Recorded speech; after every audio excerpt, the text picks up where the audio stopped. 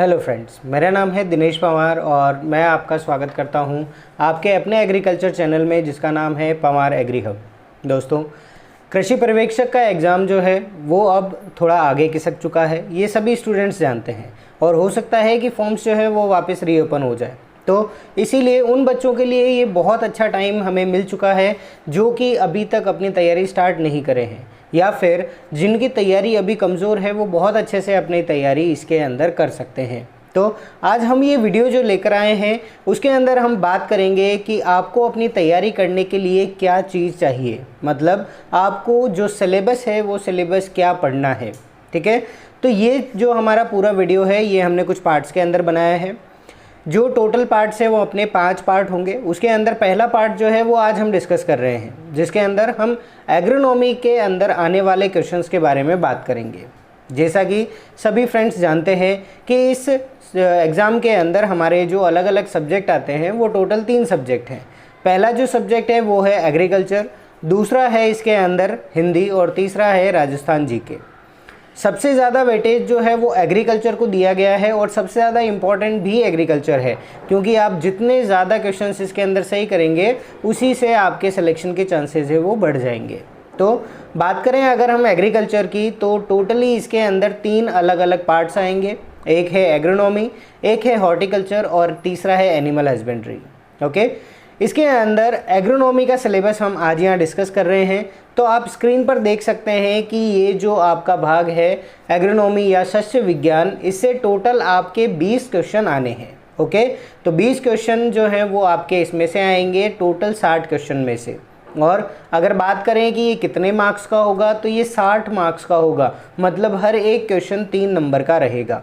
अगर आप ये वीडियो देख रहे हैं तो आप यहाँ पर स्क्रीनशॉट ले सकते हैं अपने फ़ोन से, ताकि आपको ये पूरा सिलेबस एक जगह मिल जाए। और अगर आपने अभी तक इस चैनल को सब्सक्राइब नहीं किया है तो इसे सब्सक्राइब कर लीजिए, क्योंकि हम यहाँ पर सारे सिलेबस को डिस्कस करने वाले हैं और उसके साथ साथ मैं आपको बताऊँगा कि वो सारे इंपॉर्टेंट टॉपिक्स जो आपको इस एग्ज़ाम को क्रैक करने के लिए पढ़ना बहुत ज़्यादा ज़रूरी है। तो चलिए स्टार्ट करते हैं। सबसे पहले हमने इस पूरे सिलेबस को कुछ पार्ट्स में डिवाइड किया है। पहला जो पार्ट है उसे हम नाम देंगे जनरल एग्रोनॉमी, मतलब एग्रोनॉमी के जो जनरल एस्पेक्ट्स हैं वो इसके अंदर आ जाएंगे।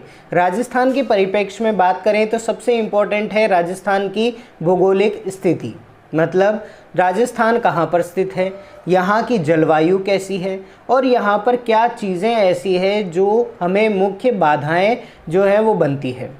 तो इसकी सबसे पहली चीज़ है भौगोलिक स्थिति, जिसके अंदर इसका लैटिट्यूड लॉन्गिट्यूड आ जाएगा, इसका एनवायरनमेंट आ जाएगा, यहाँ पर सीजन्स कौन से होते हैं, यहाँ पर हमारे जो अलग अलग ऋतुएं हैं वो कौन सी है, कब से स्टार्ट होती है, मानसून कब आता है, ये सारी चीज़ें इसके अंदर आ जाएंगी। तो पहला जो हमारा पार्ट है वो भौगोलिक स्थिति है।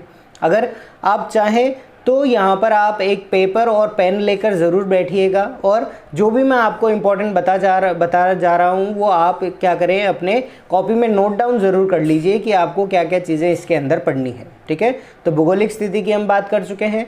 दूसरी बात करें तो वो है कृषि सांख्यिकी, मतलब कृषि के अंदर जो अलग अलग न्यूमेरिकल वैल्यूज़ हैं, मतलब कौन सी फसल है उसका प्रोडक्शन कितना हुआ, उसका एरिया कितना है और उससे जो है वो कौन सी हमारी जैसे मुख्य फसल कौन सी है राजस्थान की और अलग अलग जो एरियाज़ हैं उनमें कौन सी फसलें होती है। तो ये सांख्यिकी के अंदर हमको यहाँ पर देखने को मिलती है, वो सारी चीज़ें आपको पढ़नी है।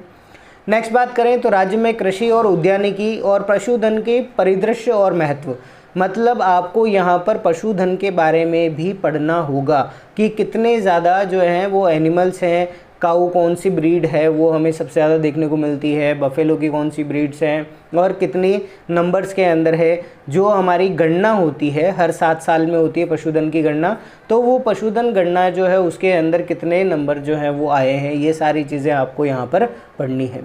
ओके, उसके बाद उद्यानिकी की बात करें या कृषि की बात करें तो कौन से एरिया में कौन सी फसल होती है, जैसे झालावाड़ है तो वहाँ पर क्या होते हैं सबसे ज़्यादा जो हमारे जो सिट्रस जो फ्रूट्स हैं वो होते हैं। गंगानगर की बात करें तो किन्नू सबसे ज़्यादा वहाँ पर होते हैं। तो ये कुछ जनरल चीज़ें हैं जो आपको राजस्थान के बारे में पता होनी चाहिए। ओके, फिर बात करें अगला है राजस्थान की कृषि एवं उद्यानिकी उत्पादन में होने वाली बाधाएँ, कि कौन सी फसल है जो यहाँ नहीं हो सकती और वो बाधा क्यों आती है। उसके बाद बात करें तो जलवायु खंड या फिर हमारे जो एग्रो इकोलॉजिकल जोन्स जिसे हम कहते हैं, या एग्रो सिस्टम जोन्स जो है, वो सारे जोन्स आपको यहाँ पर पढ़ने हैं। और जलवायु खंड की बात करें तो राजस्थान में टोटल कितने हैं, 10 जलवायु खंड हैं, ठीक है, जिसके अंदर फर्स्ट, सेकंड, थर्ड, फोर्थ और फिफ्थ में हमने उसे डिवाइड किया हुआ है। तो इसमें से बहुत इंपॉर्टेंट टॉपिक आपका बन जाता है। जी हाँ, ये जो जलवायु खंड है इसमें से एक क्वेश्चन कंफर्म है कि आपको एग्ज़ाम में ज़रूर मिलेगा। ये हर बार चाहे जेट में पूछा जाए, चाहे आईसीआर में पूछा जाए, पर यहाँ पर एग्रीकल्चर सुपरवाइज़र की बात करें या डब्ल्यू की बात करें तो उसमें हमेशा ही ये इसमें से एक क्वेश्चन आता ही आता है। तो इसे इंपॉर्टेंट मार्क कर लीजिए। ओके, नेक्स्ट बात करें तो मृदा उर्वरता और उत्पादकता। मृदा उर्वर कौन सी होती है और उत्पादक कौन सी होती है, सिंपल सा हमारे पास कॉन्सेप्ट है, डिफरेंस है। इसके ऊपर भी मैंने वीडियो बनाया हुआ है, आप चाहें तो चैनल लिस्ट में जाकर वहाँ पर देख सकते हैं, प्लेलिस्ट में। मृदा उर्वरता क्या होती है, किसी भी मृदा की सही अनुपात में, सही समय पर, सही रूप के अंदर किसी भी उर्वर जो हमारे न्यूट्रिएंट्स हैं उनको प्रोवाइड करने की जो क्षमता है उसको उर्वरता कहेंगे। और उत्पादकता क्या होती है, मृदा उर्वरता और उसके साथ साथ जो मैनेजमेंट हम करते हैं, उसका प्रबंधन करते हैं, उससे हमारी जो मृदा है उससे कितना उत्पादन हमें मिलता है, उसे उत्पादकता कहते हैं। तो इससे भी आपको सीधा डेफिनेशन से क्वेश्चन पूछा जा सकता है, इनकी यूनिट से क्वेश्चन पूछा जा सकता है कि मृदा उर्वरता की यूनिट क्या होती है, मृदा उत्पादकता की यूनिट क्या होती है, वो चीज़ें पूछी जा सकती हैं। फिर बात करें क्षारीय और ऊसर भूमियाँ या फिर अम्लीय भूमियाँ, तो जितनी भी प्रॉब्लमेटिक सॉइल है, मतलब न्यूट्रल सॉइल के अलावा चाहे एसिडिक हो, चाहे वो सेलाइन हो, चाहे हमारी एल्कलाइन सॉइल हो, ये सारी सॉइल्स जो है वो इम्पॉर्टेंट है। और आप जानते हैं राजस्थान में सबसे ज़्यादा मिलती है जो हमारी बलुई या रेतीली मिट्टी है, और इसके अलावा यहाँ पर जो हमारी ऊसर भूमि है वो भी ज़्यादातर मिलती है सीकर या फिर नागौर इधर के क्षेत्र में। तो ये भूमियाँ भी हमारे लिए इम्पोर्टेंट होती है। इनका मैनेजमेंट कैसे होता है, क्या चीज़ हम यूज़ करते हैं, उसके साथ साथ कितने क्षेत्रफल में फैली हुई है, वो आपको चीज़ें पता होनी चाहिए। ओके, चलिए, तो ये तो हमारा फर्स्ट पार्ट था जिसके अंदर हमने राजस्थान के ओवरऑल एक जो हमारा भौगोलिक स्थिति और उससे जुड़ी हुई चीज़ें जो हैं वो आपके लिए क्वेश्चन यहाँ पर तैयार करती हैं। ठीक है, तो इसे ध्यान रखिए। नेक्स्ट हम बात करें वो है राजस्थान में मृदाओं के प्रकार, मतलब राजस्थान में कौन सी मिट्टी पाई जाती है, कितने प्रकार की है, और उनमें क्या चीज़ें हैं जो सबसे ज़्यादा पाई जाती है, कौन सा मिनरल पाया जाता है, वो चीज़ आ सकती है। फिर एक इम्पॉर्टेंट टॉपिक जो है वो आप सेकंड बॉक्स में देख सकते हैं, जो कि है मृदा क्षरण। ये बहुत इंपॉर्टेंट टॉपिक है, इससे क्वेश्चन हर बार पूछा जाता है। मृदा क्षरण जो है वो कितने प्रकार के होते हैं, ठीक है, तो वायु क्षरण और जल क्षरण होगा, और अगर दोनों एक साथ होते हैं तो उसे वेव क्षरण कहते हैं।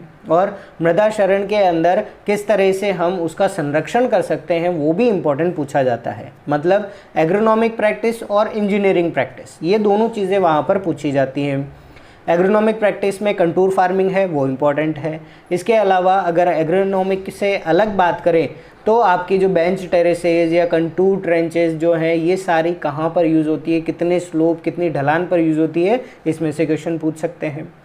फिर बात करें इसके अलावा पोषक तत्व जो हैं उनकी उपलब्धता और आवश्यकता, उनकी कमी से होने वाले रोग और उनका प्रबंधन किस तरह से कर सकते हैं। तो पोषक तत्व में से तो कन्फर्म मान के ही चलिए कि क्वेश्चन बनना ही बनना है, हर साल इसमें से क्वेश्चन बनता है।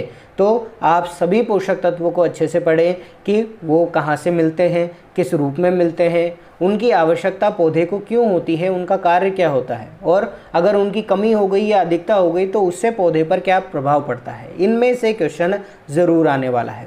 ओके, फिर बात करें राजस्थानी भाषा में जो परंपरागत जो हमारी कृषि क्रियाएं हैं उनकी शब्दावली, मतलब पलेवा क्या होता है या फिर मावट क्या होती है, ये कुछ चीज़ें हैं जो हमें पता होनी चाहिए। ठीक है, फिर बात करें जीवांश खादों का महत्व और उनके प्रकार और बनाने की विधियाँ। जीवांश खाद हम सभी जानते हैं, जीवों के अंश से बनने वाली जो खाद होती है वो जीवांश खाद कहलाती है। इसके अंदर FIM, compost, vermi compost, night soil, ये सारी चीज़ें इसके अंदर आती है। इनको बनाने के जो विधियां हैं उस पर भी ध्यान दीजिए। कंपोस्ट बनाने की 3 विधियां हैं, उससे क्वेश्चन पूछे जाते हैं। वर्मी कंपोस्ट कितने दिन में तैयार होता है, ये भी क्वेश्चन हो सकता है। और वर्मी कंपोस्ट में कौन से केचुए हम यूज़ करते हैं वो भी क्वेश्चन बन सकता है। अगर वर्मी कंपोस्ट पर आप वीडियो देखना चाहते हैं तो हमने यहाँ पर बना रखा है, तो आप प्ले लिस्ट में जाकर उसे देख सकते हैं। फिर बात करें उर्वरकों के बारे में, तो नाइट्रोजन, फॉस्फोरस और पोटेशियम के जो उर्वरक हैं वो मेन है। उनके अंदर न्यूट्रिएंट कंटेंट क्या होता है और कौन सी मृदाओं में या कौन सी फसल में यूज़ किया जाता है, ये इंपॉर्टेंट क्वेश्चन आपके लिए बनता है। ओके। और उर्वरकों के जो प्रकार हैं, जैसे एकल उर्वरक है, यौगिक उर्वरक है, या फिर जो हमारे कंपोजिट उर्वरक है, उससे भी क्वेश्चन यहाँ पर बनते हैं। ओके। फिर बात करें सिंचाई के बारे में, तो सिंचाई जो है उसके लिए बहुत सारा वाइड एक हमारे पास फील्ड होता है, इसमें अलग अलग चीज़ें आती है, उसे ध्यान से पढ़ना ज़रूरी है। सबसे पहले तो सिंचाई की आवश्यकता क्यों होती है, दूसरा याद रखना है कि सिंचाई के लिए हमारे पास विधियाँ कौन सी है, अलग अलग, जैसे हमारे पास फ्लड इरिगेशन है, या फिर जो हमारा इसके अंदर ड्रिप इरिगेशन है, या स्प्रिंकलर इरिगेशन है, रेन गन इरिगेशन है, तो वो विधियाँ याद रखनी है। फिर फसलों के अंदर जो हमारी सिंचाई है उसकी मांग को कौन से जो हमारे कारक है वो प्रभावित करते हैं, कितनी फसलों की जल मांग होती है। जैसे सिंपल सा एक क्वेश्चन है जो बहुत बार पूछा गया है, सबसे ज़्यादा जल मांग कौन सी फसल की है, तो अगर आपको पता है तो कमेंट बॉक्स में मुझे कमेंट करके ज़रूर बताइएगा। ओके। इसके लिए भी हमारे पास एक छोटी सी ट्रिक है, वो मैं आपको नेक्स्ट वीडियो के अंदर जब हम सिंचाई के ऊपर बात करेंगे तब मैं आपको ज़रूर बताऊँगा। फिर बात करें इसके अंदर सिंचाई की आवश्यकता जो है उसके ऊपर और मात्रा के ऊपर बात करेंगे। फिर अगर सिंचाई कर दी है तो अगर एक्स्ट्रा हो गई है या बारिश ज़्यादा हो गई है तो फिर वहाँ पर जल निकासी करनी होगी, ड्रेनेज करना होगा, तो ड्रेनेज के ऊपर भी क्वेश्चन बन सकता है, पर ये इतना ज़्यादा इम्पोर्टेंट टॉपिक हमारे लिए नहीं है। ओके। फिर बात करें मृदा परीक्षण की, तो मृदा परीक्षण के अंदर ध्यान रखना है सॉइल हेल्थ कार्ड से इम्पोर्टेंट क्वेश्चन आ सकता है, क्योंकि ये एक नया टॉपिक है। इसके अंदर कौन कौन से न्यूट्रिएंट्स हैं, इसके अंदर कौन से न्यूट्रिएंट्स की कितनी ज़्यादा मात्रा हमारी मृदा के अंदर होनी चाहिए, किसी मात्रा को हम कम कहेंगे, कौन सी मात्रा को ज़्यादा कहेंगे, वो क्वेश्चन आ सकते हैं। ओके। फिर बात करें इसके अंदर जो हमारा है और साइलेज मेकिंग है, ये वैसे तो एनिमल हस्बेंड्री का पार्ट है पर यहाँ पर एग्रोनॉमी के सिलेबस में हमको दिया हुआ है। तो है क्या होता है, साइलेज क्या होता है, इसको बनाते कैसे हैं, और इसके अंदर क्या न्यूट्रिएंट क्वांटिटी और वाटर क्वांटिटी होती है, ये सारी चीज़ें भी आपके लिए इम्पोर्टेंट हैं। ओके। चलिए नेक्स्ट बात करें इसके अंदर हम खरपतवार के बारे में, तो खरपतवार जो है वो हमारी फसलों को बहुत नुकसान पहुंचाते हैं और इनसे रिलेटेड इम्पोर्टेंट क्वेश्चन एग्जाम में ज़रूर आएंगे। तो खरपतवार से आप मिनिमम 2 क्वेश्चन तो मान के चलिए कि आपसे पूछे जाने वाले हैं। ओके। खरपतवार में हमें ध्यान रखनी है विशेषताएँ, तो खरपतवार कौन से हैं, खरपतवारों में क्या विशेषता होती है, जैसे उनका जो प्रवर्धन है वो बीज के द्वारा भी होता है और जो उसके वानस्पतिक भाग है उससे भी होगा, और ये बहुत तेज़ी से बढ़ते हैं, इनकी जड़ें ज़्यादा गहरी होती है, न्यूट्रिएंट कंटेंट और वाटर कंटेंट इनमें ज़्यादा होता है, ये सारी चीज़ें। फिर कुछ खास खरपतवार और उनका उपयोग या फिर उनसे होने वाले नुकसान, जैसे लेंटाना कैमरा है, पार्थीनियम है, इनके बारे में याद रखेंगे। फिर सेकंड बात करें वर्गीकरण की, तो वर्गीकरण में पूछी जाने वाली चीज़ें हैं कि कौन सा डाइकोट वीड है, कौन सा मोनोकोट है, मतलब एक बीजपत्री, द्विबीजपत्री कौन सा है, या फिर घास कुल का कौन सा है, या फिर जो हमारे हार्ड शूट वाले हैं वो कौन से हैं। तो अलग अलग इसके अंदर जो वर्गीकरण है वो वर्गीकरण ज़रूर पढ़िएगा, उसमें से इम्पोर्टेंट क्वेश्चन बनते हैं। ओके। फिर बात करें खरपतवारों से होने वाले नुकसान, कौन से खरपतवार से क्या होता है, जैसे पार्थीनियम से एलर्जी होती है, डर्मेटाइटिस होता है, लेंटाना से भी डर्मेटाइटिस होता है। फिर इसके नियंत्रण की विधियाँ, तो मुख्य रूप से हम कल्चरल मेथड, फिजिकल और केमिकल मेथड यूज़ करते हैं, उसके साथ बायोलॉजिकल मेथड। तो बायोलॉजिकल मेथड जो है मतलब इसका जो जैविक नियंत्रण है वो बहुत इम्पॉर्टेंट है, क्योंकि अभी इस हमारे एरा के अंदर हम सबसे ज़्यादा जैविक खेती पर प्रभाव डाल रहे हैं, जैविक खेती है वो यूज़ करने के लिए कह रहे हैं। तो जैविक नियंत्रण के ऊपर आपको क्वेश्चन पूछना बिल्कुल लाजमी है, उसके ऊपर बहुत अच्छे क्वेश्चन आपसे पूछे जा सकते हैं। ठीक है। फिर बात करें कि फसलों के अंदर कौन से मुख्य खरपतवारनाशी हम यूज़ करते हैं, जैसे आइसोप्रोट्रोन किसके अंदर यूज़ करते हैं, गेहूं के अंदर। पेंडिमिथलिन बात कर लें तो हम यूज़ करते हैं दलहनी फसलों में। ओके। तो ये ऐसे कुछ क्वेश्चंस हैं जो क्या है फिक्स खरपतवारों से पूछे जाते हैं कि कौन से खरपतवारनाशी को कौन सी फसल के अंदर हम यूज़ करते हैं। ओके। फिर बात करें खरपतवारों की राजस्थानी भाषा में शब्दावली, मतलब कौन से खरपतवार को क्या कहा जाता है, तो ये क्वेश्चन भी आपसे पूछे जा सकते हैं। एक चीज़ यहाँ पर नहीं दी हुई है, उसकी तरफ आपका ध्यान ज़रूर जाना चाहिए, वो है पैरासाइटिक वीड्स। मतलब जो हमारे दूसरी फसलों पर निर्भर रहने वाले जो खरपतवार हैं उनके बारे में। ओके, कस्क्यूटा, लोरेंथस, ओरोबैंकी और स्ट्राइगा। अगर आपको ये चीज़ नहीं आती है, आपको नहीं पता है, तो आप प्ले लिस्ट में जाइए, वहाँ पर आपको पैरासाइटिक वीड्स जो हैं उसके ऊपर वीडियो मिल जाएगा, वो ज़रूर देखिएगा, आपका सारा कन्फ्यूजन वहाँ पर दूर हो जाएगा। ओके, चलिए फिर बात करें फसलों के बारे में। तो फसलों में हमें कई चीज़ें पढ़नी है। पहला तो ध्यान रखिए कि फसलें कौन कौन सी पढ़नी है। ओके, तो फसलें जो हैं उनका वर्गीकरण है वो इम्पोर्टेंट है कि जो अनाज वाली फसलें हैं वो कौन सी है, दालें कौन सी होती है, तिलहनी फसलें कौन सी है, रेशेदार फसलें कौन सी है, चारे वाली फसलें कौन सी है, मसालों की फसलें कौन सी है, और हमारी जो ट्रक क्रॉप्स जो हैं जैसे गन्ना है, ग्वार है, ये कौन सी है। तो ये हमें पता होना चाहिए सबसे पहले। ये सारी फसलों का जो है आप यहाँ पर स्क्रीनशॉट ले सकते हैं कि कौन कौन सी फसलें आपको पढ़नी है। इसके अलावा दूसरी फसलें पढ़ने की आपको आवश्यकता नहीं है, बट ध्यान रखिएगा आपको फसलों के साइंटिफिक नेम और उसके साथ साथ उनकी फैमिली तो ध्यान होनी ही चाहिए, चाहे वो इन फसलों के अलावा ही क्यों ना हो, वो पूछा जा सकता है। ठीक है, इस चीज़ का ध्यान रखें। फसलों के अंदर मेनली जो हमको पढ़ना है, एक तो है कि फसलों में कौन सी जलवायु चाहिए। ठीक है, जैसे पूछ लिया गेहूं के अंदर जो अंकुरण होता है, बीज जो है वो अंकुरित होते हैं, उसके लिए सबसे ज़्यादा अच्छा टेम्परेचर कौन सा है, तो वो है लगभग 20 से 25 डिग्री सेंटीग्रेड। लेकिन यही बात करें अगर हम किसी दूसरी फसल की, जैसे गन्ना की बात करी, तो उसके लिए ये चेंज होगा। तो ये जो है वो क्या है, एक वायु या जलवायु जो है वो इसकी डिपेंडेंसी रहती है, उसको ध्यान रखना है। मृदा कैसी चाहिए, जैसे मूंगफली के लिए कैसी चाहिए हमको, रेतीली या बलुई मिट्टी जो है या क्ले लोम सोइल जो है वो बेस्ट है। कपास के लिए बात करें तो क्ले सोइल बेस्ट है। तो ये मृदा के बारे में ध्यान रखना है हर फसल के लिए। तीसरा याद रखना है खेत की तैयारी कैसे की जाती है। ओके, जैसे चने में हम क्या करते हैं, खेत के अंदर ढेले या फिर क्लॉट्स रहने देते हैं, बाकी फसलों में हम बिल्कुल बारीक करते हैं हमारे खेत को। फिर इम्पॉर्टेंट किस्में कौन सी है, बीजोपचार कैसे किया जाता है, इसके अंदर बुआई कब की जाती है, उर्वरक कितना चाहिए, सिंचाई कितनी या जल मात्रा कितनी देनी चाहिए, और इसके अलावा पौध संरक्षण कैसे किया जाता है। अब कई बच्चे जो हैं वो ये चीज़ समझते हैं कि सर इसके अंदर एग्रोनॉमी दे दी, हॉर्टिकल्चर दे दिया और हमको एनिमल हस्बेंड्री दे दी, पर इसके अंदर एंटोमोलॉजी और पैथोलॉजी तो कहीं है ही नहीं। तो ये यहाँ पर है। पौध संरक्षण का मतलब ही यही है कि उनको कीटों से और रोगों से कैसे बचाया जाए। तो आपको फसलों के रोग और कीट पढ़ने बहुत ज़रूरी है, क्योंकि हम यहाँ पर बिल्कुल अंधेरे में रहते हैं कि यहाँ पर ये चीज़ तो पूछी नहीं है, ये चीज़ तो दी नहीं है, जबकि इस नाम का मतलब ही यही है कि फसल में रोग और कीट आपको पढ़ने हैं। पूछा जा सकता है बहुत आसानी से, वाइट ग्रब का साइंटिफिक नेम क्या है, होलोट्रिकिया, कॉन्सिनगुनिया, या फिर खपरा बीटल जो है वो किसके अंदर लगता है, वो कब अटैक करता है। ओके, तो ऐसी चीज़ें जो है वो रोगों और कीटों से पूछी जा सकती है, उसको बहुत अच्छे से ध्यान रखिएगा। ठीक है, फिर बात करें इनका भंडारण कैसे किया जाता है, वो सारी चीज़ें हमको यहाँ पर इम्पोर्टेंट ध्यान रखनी ज़रूरी है।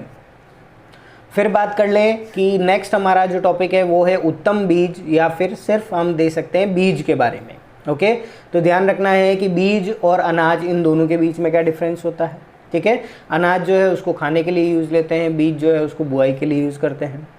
अनाज है तो अनाज को हम क्या कर सकते हैं कि वो उग भी सकता है और नहीं भी उगेगा, लेकिन बीज हमेशा उगने वाला होना चाहिए। अगर नहीं उगेगा तो हमारी नई फसल तैयार नहीं होगी। तो कुछ इसके अंदर इंपॉर्टेंट डिफरेंसेस है, वो हम नेक्स्ट वीडियो में बात करेंगे।